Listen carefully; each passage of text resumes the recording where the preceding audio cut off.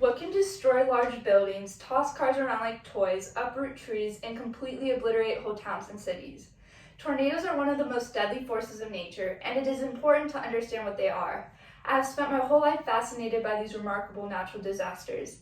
I have watched countless documentaries, films, and videos, as well as spent hours researching using different articles. Today I will first explain how tornadoes form and why the United States has the most perfect conditions for them. Secondly, I will go over how each tornado is classified. And lastly, I will explain how to survive a tornado if you ever get caught in its path. Let me first talk about what tornadoes are and how they form.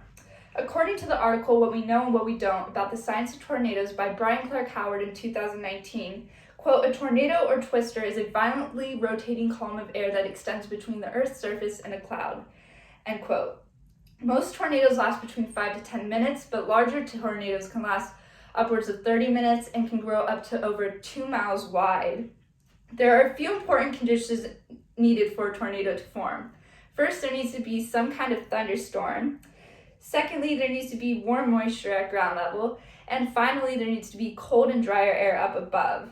According to the same article, quote, "The warm air will be buoyant and like a hot air balloon, it will rise," end quote, which will create an unstable condition that is favorable for tornadoes to form.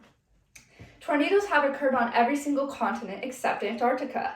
According to the article From Domestic to International, Tornadoes Around the World by Catherine Perceive in 2013, quote, "The United States experiences approximately 75% of the world's known tornadoes and thus is notorious for its tornado climatology in terms of frequency, intensity, and destructive outbreak events. Argentina and Bangladesh follow behind the United States in most tornado outbreaks. The most notorious area for tornadoes to occur in is an area known as Tornado Alley. It includes the states Texas, Iowa, Kansas, Nebraska, and Ohio. Tornadoes rarely occur west of the Rocky Mountains and in northeastern states. The United States has perfect conditions for tornado outbreaks due to cold and drier air coming from Canada and the Rocky Mountains, and warm moisture coming from the Gulf of Mexico. This in turn creates instability in the atmosphere.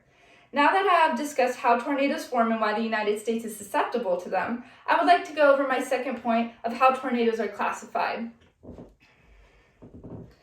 Before 2007, tornadoes were classified by the Fujita scale, which measured only the wind speeds of tornadoes.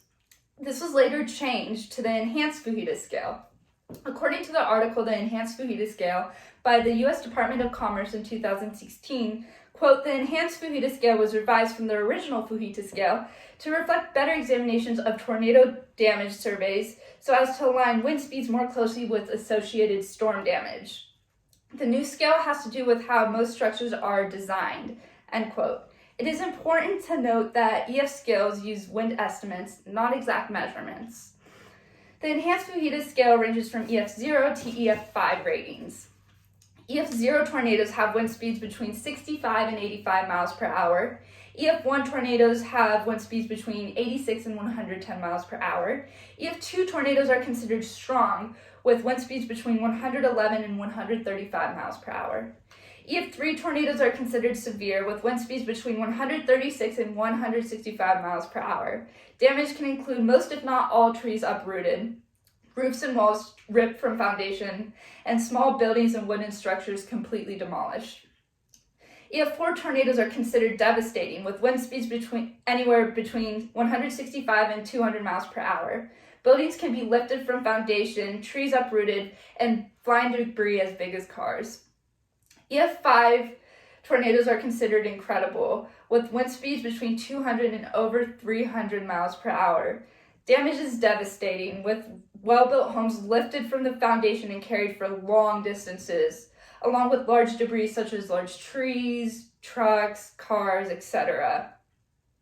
Now that I have discussed how tornadoes are classified, I will now go over my last point of how to survive a tornado.